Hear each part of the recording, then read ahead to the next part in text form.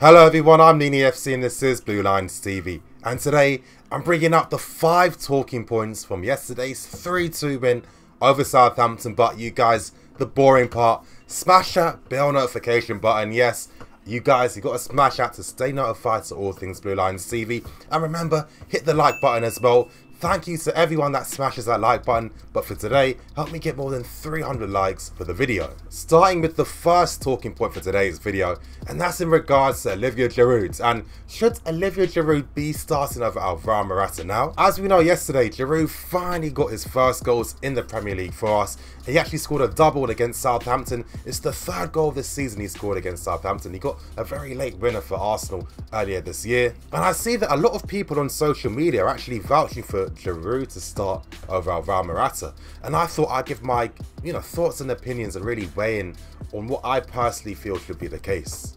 Still, there's one thing we must remember in regards to MORATA. He actually came out earlier this week when he was being interviewed by the Evening Standard, and he was talking about the fact that he's been playing through a lot of pain in his back. That's one thing in particular I've been stressing so many times in videos on this channel. MORATA said it himself, and he said the one thing he does regret is the fact that he wishes he was out earlier so he could recover quickly. And you guys, it was common to see, you know what, it was common to see because we weren't seeing MORATA challenging for 50-50s anymore, and he is falling down way easier compared to what he's doing right now. Now, why am I bringing up this point? Well, the reason why I'm bringing it up is because I think that people need to sympathize in a way. I kind of feel that MORATA does get criticized pretty harshly, and I think there's so many reasons as to why his form has dipped during that period. I think so many things have come out in terms of his injury to his back, obviously his friend passing away, it being the first time he's been a first choice striker in his career as well. And I think with all those factors playing into account, he definitely deserves a lot of time and patience. Now, bringing it back to the earlier point, should Giroud be starting over MORATA? Now, my personal opinion, MORATA should still be the first choice striker. I think his past few games, his form has been good. He's been competing, he's been leading the line. It hasn't been anywhere near as bad as it has been through his injury spell. And there's one key thing that a lot of us are forgetting about in regards to Giroud's performance yesterday. Now, the game didn't necessarily change because of Giroud. The main thing that really helped change the course of the game to our favour was the fact that there was an extra attacking player on the pitch in Pedro. And by having that extra attacking player on the pitch, what it did was it forced Southampton back. With Southampton moving further and further back to their own goal, the chances kept coming, the intensity kept coming, and most importantly, Southampton were getting nervous and they were folding mentally. So it was no surprise that we scored 3 goals in 8 minutes. If MORATA was on the pitch with Pedro on, I think that he'd have a similar impact in my opinion. Let's be serious. Before that double substitution, MORATA barely got any good service whatsoever. The crosses were poor, the passes were very slow, the play kept getting broken down every single time. I think Giroud definitely benefited from excellent service, especially from Marcos Alonso. The entire game his delivery was awful until that one moment. So for me, as I'm stating, MORATA should still be the first choice striker, but it's good that Giroud has got his first goals in the league, so hopefully he can have more of an impact for us. The second talking point I do want to make is the fact that we did change to a back 4. Now you guys, there's one thing to remember, it's not the first time we've done this. We've done this numerous amounts of times, and it hasn't really helped change the game to our favour. Conte's made similar substitutions in terms of bringing on Giroud and Pedro against West Ham the last game before yesterday's, and against Manchester United. The benefit of having Pedro on is the fact that he kind of does act as like the auxiliary wing back in a way, because when we attack with a 4 at the back, but when we defend, Pedro will drop deeper to pick up that wing back position. Still, it was good to see that it finally had an effect. And I think one key thing that played a part in that was the fact that this substitution was made very early. It literally happened in the 58th minute. And it's been very rare that Conte makes substitutions before the 60th minute. It does get you thinking, why hasn't Conte done this on a more regular basis? I mean, there's been so many times I've been critical, and so many of you guys have been critical as well. When it comes to Conte's substitutions, normally he makes the wrong ones. I just think this time, obviously luck played a part in our factor yesterday, and it finally ended up working for us. I think a lot of us know the reason as to why having a 4 at the back at times is very beneficial for us, and that's the fact that we have an extra player in the midfield area, we have an extra player attacking anytime we're trying to create chances as well, and that makes a key difference. I've always felt too often, and we've seen this so many times, it's almost as if there's a massive island in the middle of the opposition's half where there's no player there. But really, the real benefit was the fact that we had more attacking support. Case in point, the second goal, we had so many of our players inside the box, and that's something that we don't regularly do on a regular basis. The third talking point I want to make is in regards to Rudiger and Antonio Conte. Now, it seems like Rudiger was out of the team.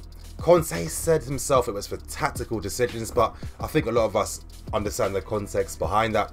It came out last night when Rudiger was on a sports show, I think a German sports show. When he was asked about why he didn't feature yesterday, Rudiger said that he didn't actually know because he was fully fit, and he left it at that. And let's be serious, it's because he questions Antonio Conte's approach, and the reason as to why I think Conte left him out was it was the second time Rudiger's done that. He made comments after the Man City game, the away game, obviously last month, and I don't think Conte would have been pleased with that. We've seen what he's done with WEs as well, but he was out the team after questioning his decisions in that 3-0 loss to Roma. Did we miss Rudiger yesterday? Well, of course, with his passing abilities, his ability to drive forward as well as being someone, another passing outlet, because teammates feel confident giving the ball to Rudiger that he's going to do something good with it. And in a way, Rudiger does act like the WEs of the team when Luis isn't actually in the team. It's going to be interesting to see if Rudiger is going to be playing on Thursday. I think that will really give us an indication in terms of their relationship between him and Conte, or whether they've forgiven each other and they've moved on. The fourth talking point I do want to make is the fact that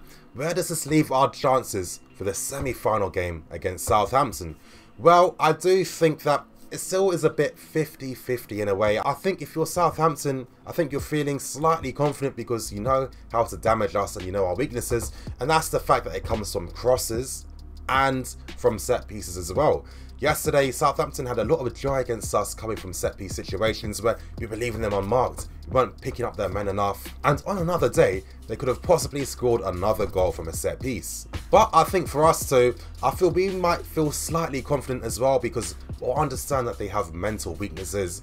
Of course, there was a lot of pressure on Southampton. They're fighting for their survival to stay in the league, and they obviously blew a 2-goal lead in about 8 minutes. I think due to that mental weakness that Southampton do have, that could give us an even bigger advantage against them because, again, we're playing in a semi-final, it's a high-pressure game. Southampton, yes, they've done well in knockout round football, but when it's come to the decisive moments, like in finals, for example, they haven't really delivered the goods. Even though they've given a good account of themselves, they haven't really got anything from those games. So I feel that with that pressure on top of them, that should give us the slight advantage when it comes to facing them in the FA Cup. And the last talking point I want to make to wrap up this video is the fact that why do we struggle so much from set pieces and from defending balls aerially?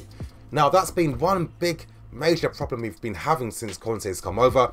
Even since last season, that was still a major weakness. I think the infamous game against Tottenham when they beat us 2-0, 2 goals from headed situations. And normally when Tottenham score against us, they're normally scoring from a headed goal from open play or from a set piece.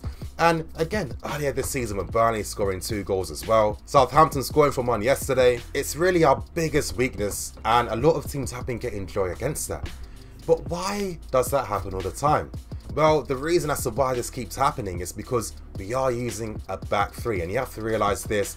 If you're using a back 3, that means that you're defending zonally. And the reason why you have to defend zonally is the fact that, well, if you're normally playing against one opposition striker or 2, you're not really going to man mark them. So this is where it makes sense to defend the areas, so each person in that back 3 knows what area to pick up. And this is where things become difficult, because if you do put in a dangerous cross inside the box, normally the opposition player has the space to make a run inside the box, and normally with that space he has the time to really dictate where he's going to head the ball.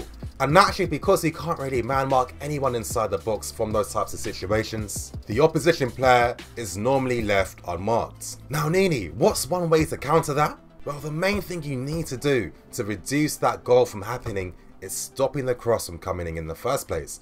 Now, normally on Moses' side, on the right hand side, we rarely ever get damage from that side. It normally comes from the left hand side, or whenever Zappacosta plays.